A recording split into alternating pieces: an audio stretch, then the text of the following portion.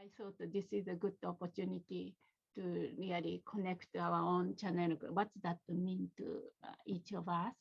And also, especially, I want to explore this challenging time we are facing, external ecology, internal ecology, and dilemma we are facing, how we can embody as a Cho practitioner, and so forth.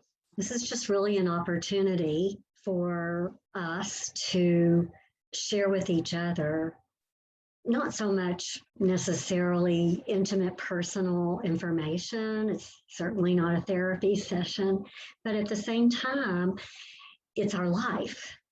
It's the life that we live.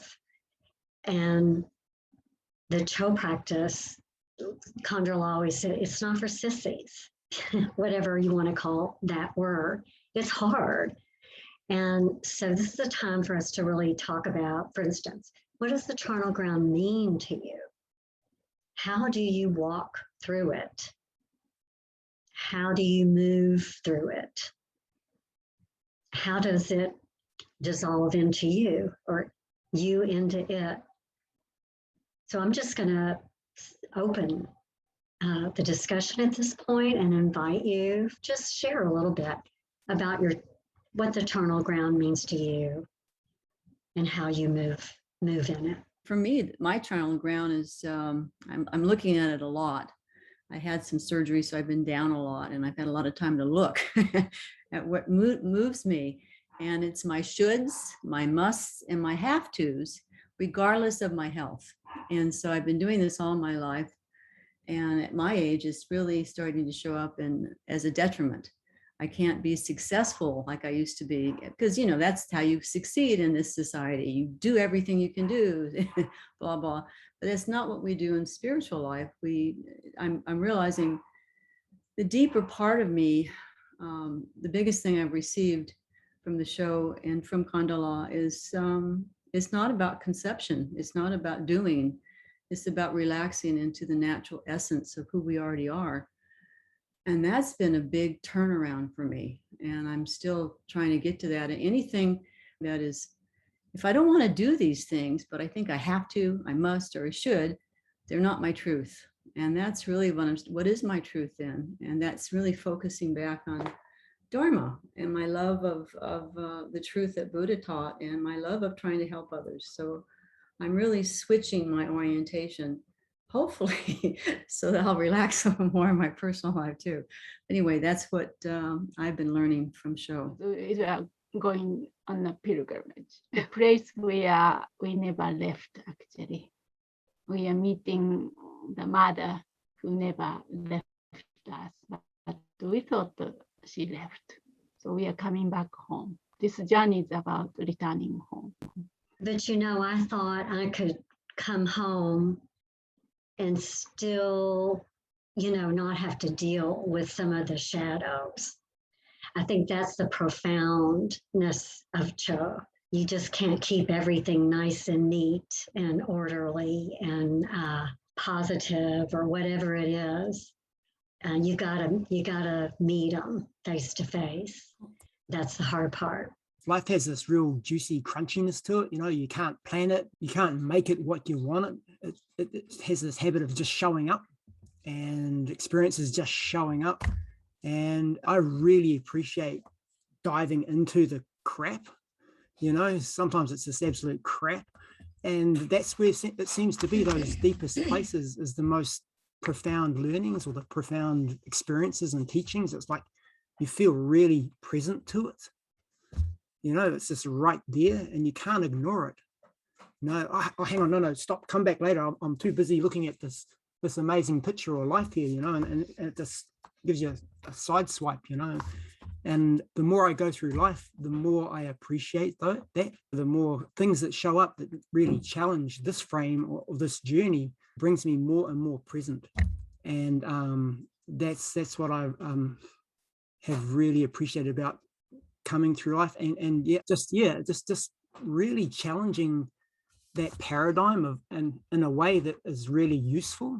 And so like how to bring the paradox of the oh man, this feels like crap, but yet there's this sublime element to life that is here.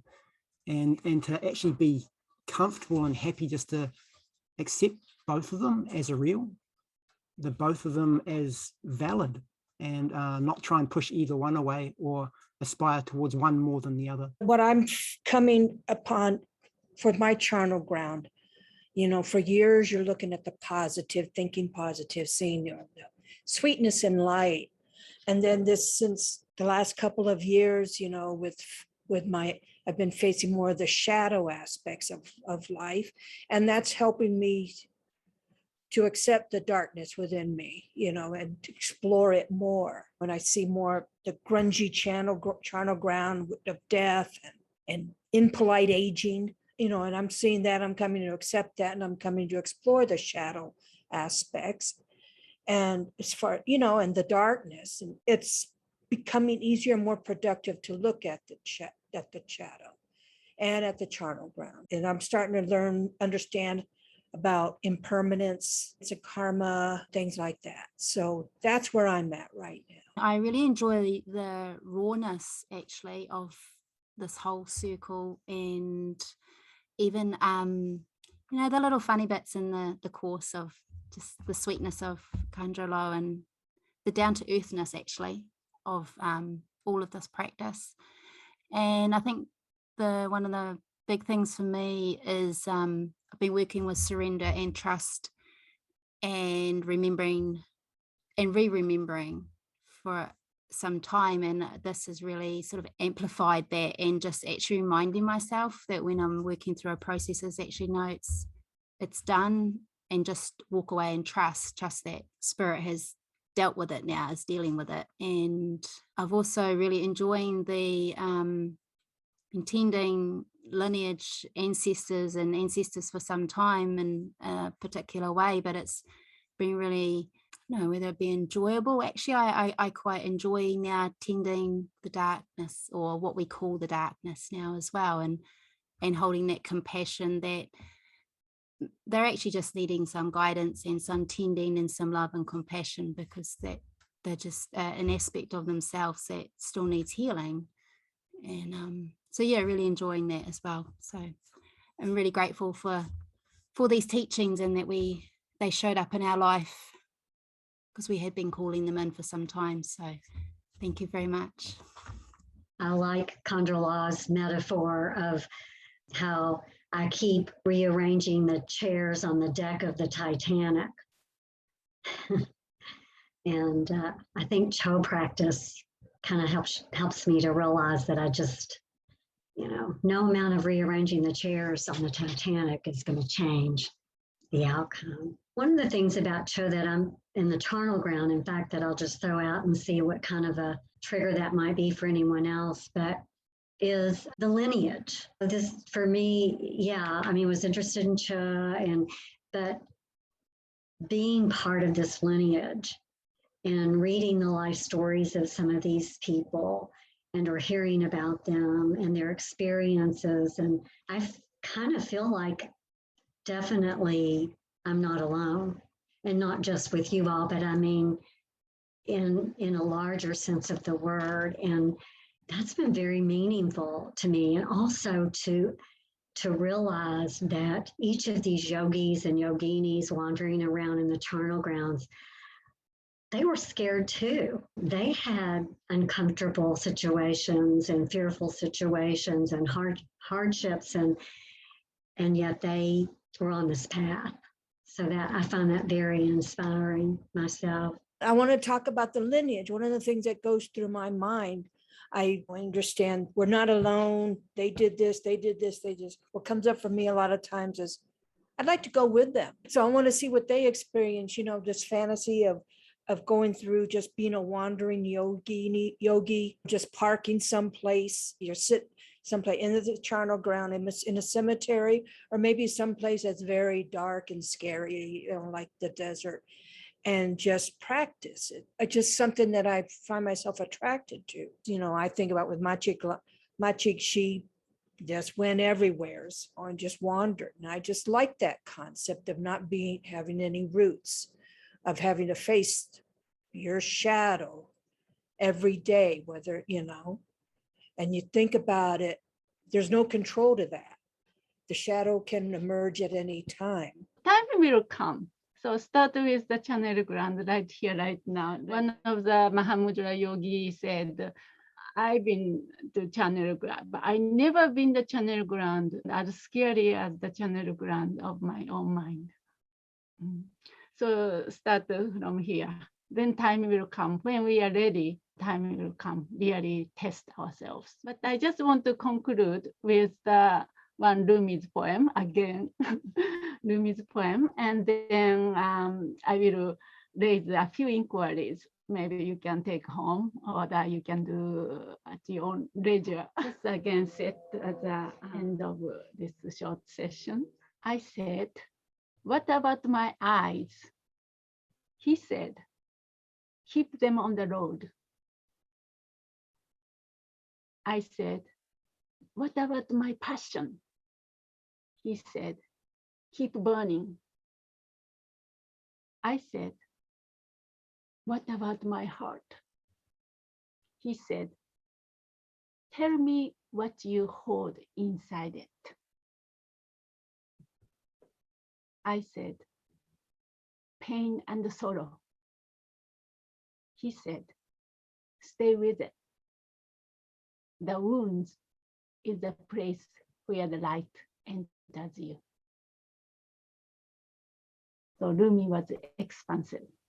I want you to rest in that expansiveness of actually who and what you are. You can hold everything so that the light comes in. See if you can do this meditation with me. So like now, invite. So you are expansive. You invite the light nectar, perhaps light nectar of awareness, through nature, and fill your entire body with that light. You're like a lighthouse. All this shadow, everything was light brought up to your consciousness awareness.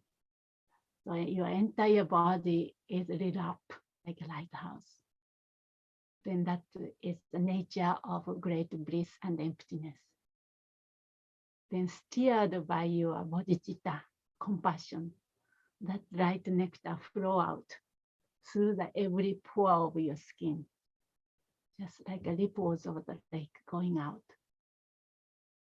Then extend that light nectar into every corner of the darkness in the world.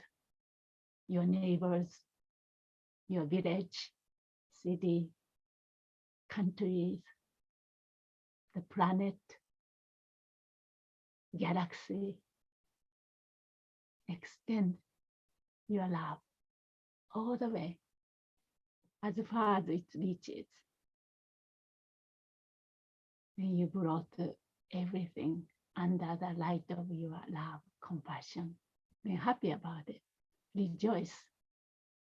Now slowly gather the light nectar back to your body, back to your central channel, back to your heart center. So now at your heart center, all sentient beings, the universe, galaxies there. Now that is part of you. And you are part of them. Whatever goodness coming from today's session, may I bring happiness and joy, great bliss to all, including sentient beings in the world, universe, galaxy, seen, unseen, enemy and friend, preferred and unpreferred, whatever might be, without any discrimination, without any partialities. May I bring every being, everything to the state of great bliss. Just rest in that echo of that experience. Then from that place, everything unfolds. I want you to bring to your own off-cushion practice, so-called life. So I just wanted to say a few things, question, inquiry. We are talking about a little bit of gods and demons and shadows. Didn't go detail, but you got the sense of that.